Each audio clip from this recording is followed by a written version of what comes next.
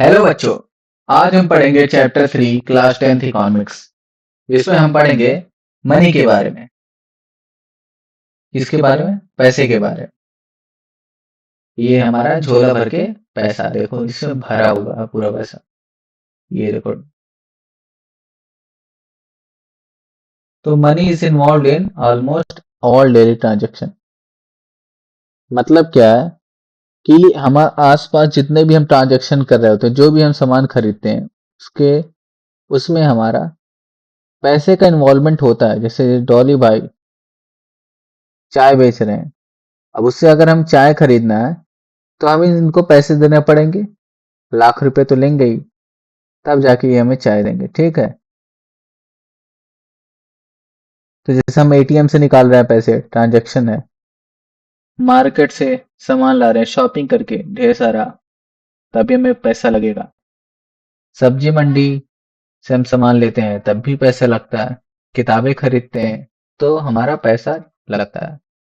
तो इसमें क्या कॉमन लगा कि हम पैसे दे रहे हैं तब हमें सामने वाला सामान दे रहा है। तो हम इसको क्या कह सकते हैं? मीडियम ऑफ एक्सचेंज है कि ये एक मीडियम है। क्या है? मीडियम है। किसका? एक्सचेंज का। एक्सचेंज मतलब अदला बदली का। कि अगर हम पैसे दे रहे हैं, ये 10 रुपए दे रहे हैं, तो हमें सामने वाला क्या? एक चाय देगा। तो क्या मिला हमें? एक्सचेंज में मिला ना, चाय। तो यही होता है money. Money can be exchange for virtually any commodity और सर्विस। वही बताया गया कि इसको एक्सचेंज कर सकते हैं कोई भी कमोडिटी और सर्विस के लिए। कि हमें अगर 100 रुपए का कोई सामान लेना है तो हमें 100 रुपये उसे देना पड़ेगा, तब वो हमें सामान वापस देगा। और इसका क्या अच्छा है कि यूनिवर्सल एक्सेप्टेबिलिटी होता है कि हम कहीं भी, अगर इंडिया में कहीं भी 100 रुपये लेके जा रहे हैं तो हर जगह हम सामान खरीद सकते हैं। अब एक कॉन्सेप्ट आता है कि पहले के जमाने में क्या होता था, बार्टर सिस्टम। अब देखो, बार्टर सिस्टम मतलब क्या होता है कि अदला बदली वाला सिस्टम। पहले क्या होता था कि लोग सामानों की अदला बदली कर लेते। पहले के जमाने में पैसे तो छपते नहीं थे, ये तो अभी नया कॉन्सेप्ट आया है। तो पहले क्या होता था, मान लो कोई किसान है एक, उसके पास खेत, वो खेती करता है, तो उसके पास चावल है पहले से। ठीक है। लेकिन उसके पैरों में जूते नहीं है तो उसे जूते चाहिए। ठीक। और दूसरा एक आदमी है, वो जूता बनाने वाला है। वो खेती तो करता नहीं है तो उसके पास चावल नहीं है, उसके पास जूता है। तो अब इसको क्या चाहिए? जूता की जरूरत चाहिए किसान को। और इसको क्या चाहिए? चावल चाहिए। तो ये क्या आएंगे, दोनों आपस में मिलेंगे, एक साथ मिलेंगे, और जूता ये इसको दे देगा, उसके बदले में ये चावल इसको दे देगा। ठीक है। तो बार्टर सिस्टम मतलब यही होता है कि दोनों पार्टी आती है, मतलब दोनों इंसान आते हैं और वो दोनों अपने सामान की अदला बदली कर लेते हैं। तो इस कॉन्सेप्ट को कहते हैं double coincidence of want. Double coincidence of wants होता है कि हमारे पास जो सामान होना होगा वो सामने वाले के पास भी होना चाहिए। सॉरी, मतलब कि जो हमें चाहिए, जैसे जो हमें चाहिए उसके पास वो होना चाहिए, और जो उसे चाहिए उसके पास वो हमारे पास होना चाहिए। फॉर एग्जाम्पल कि इस फार्मर के पास चावल था, तो इसके ये चावल की नीड इसको थी, जूते वाले को, तो ये इसको दे दिया। और जूते वाले की नीड, जूता की नीड किसको थी? शूज की नीड किसको थी? फार्मर को, तो ये इसको दे दिया। तो मतलब कि दोनों के पास वो सामान होना चाहिए, तो दोनों को जरूरत है।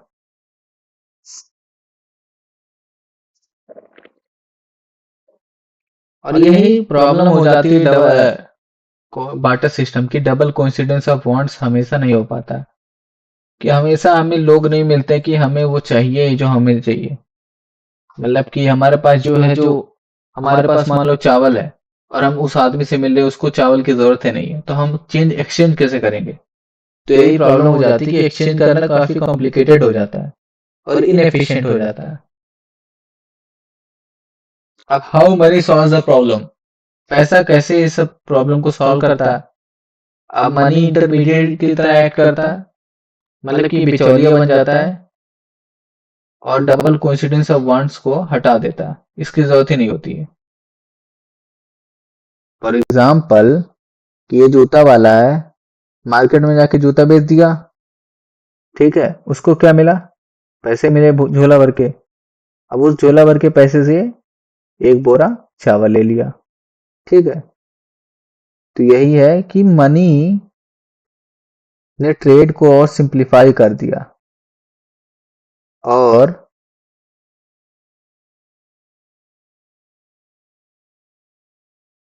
हम कोई भी चीज जाके अब मार्केट में सेल कर सकते हैं और उस पैसे से हम दूसरा सामान खरीद सकते हैं, ठीक है। अब इवोल्यूशन ऑफ मनी, पहले के जमाने में क्या होता था? ग्रेन्स का एक्सचेंज होता था जो बाटर सिस्टम में, कैटल का एक्सचेंज मतलब भेड़ बकरियों का एक्सचेंज होता था और अदर कमोडिटीज का एक्सचेंज होता रहता था, कमोडिटीज एक्सचेंज होता था, गुड्स एक्सचेंज होता था।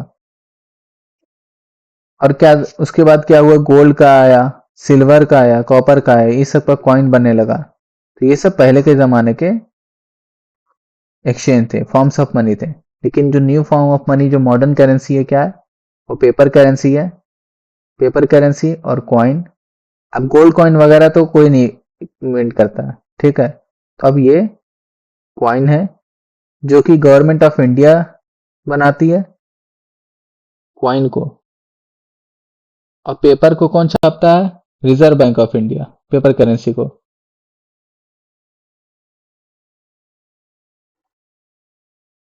और इसको मीडियम ऑफ एक्सचेंज के रूप में माना जाता है, गवर्नमेंट ऑफ इंडिया ने ऑथराइज किया, ठीक है। अब जानते हैं करेंसी इन इंडिया, वही बताया मैंने कि reserve bank of India issue करती है currency, paper currency, paper currency on the behalf of central government के बिहाफ पे आरबीआई इसको इशू करता है। और एक ये है कि लीगल स्टेटस आरबीआई को ही है, इसके अलावा कोई भी करेंसी इशू नहीं कर सकता, ठीक है। और रुपी जो इंडिया की करेंसी, का नाम क्या है? इंडियन रुपी, इसका नाम रुपी है।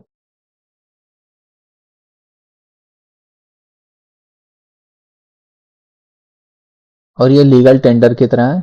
लीगल टेंडर मतलब क्या होता है कि ऑफिशियल करेंसी है जो कि गवर्नमेंट रिकॉग्नाइज करता है और ये हर जगह वैलिड है, कहीं भी जाओगे कोई इसको मना नहीं कर सकता। ये लीगल टेंडर है, मतलब इसमें लीगल है कि हाँ मैं 100 रुपया दे रहा हूं तो ये इसकी कुछ 100 रुपया की वैल्यू है और इसका हम ट्रांजैक्शन में यूज कर सकते हैं। अब जानते हैं आरबीआई के बारे में थोड़ा छोटा सा। आरबीआई कब बना था? 1 अप्रैल 1935 अंडर आरबीआई एक्ट 1934। अभी प्रेजेंट में आरबीआई के गवर्नर कौन है? संजय मल्होत्रा।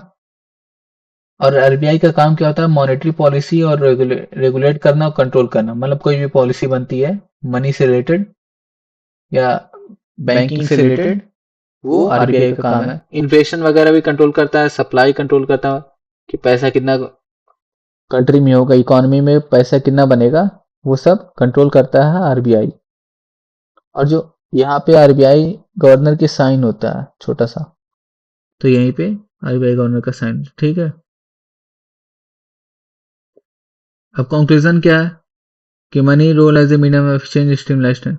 मनी का रोल क्या है? एक एक्सचेंज का, ये बस एक मीडियम ऑफ एक्सचेंज है, ठीक है।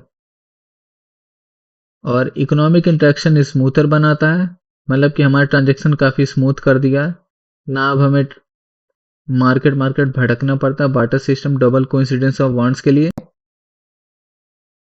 और ये काफी एफिशिएंट हो गया है by providing common basis of trade, कि कॉमन चीज मिल गया है कि हाँ कि कुछ भी हम सेल करेंगे तो हमें मनी मिलेगा और उस हम मनी को फर्दर यूज कर सकते हैं अपने जहां भी हमको खरीदना है सामान, ठीक।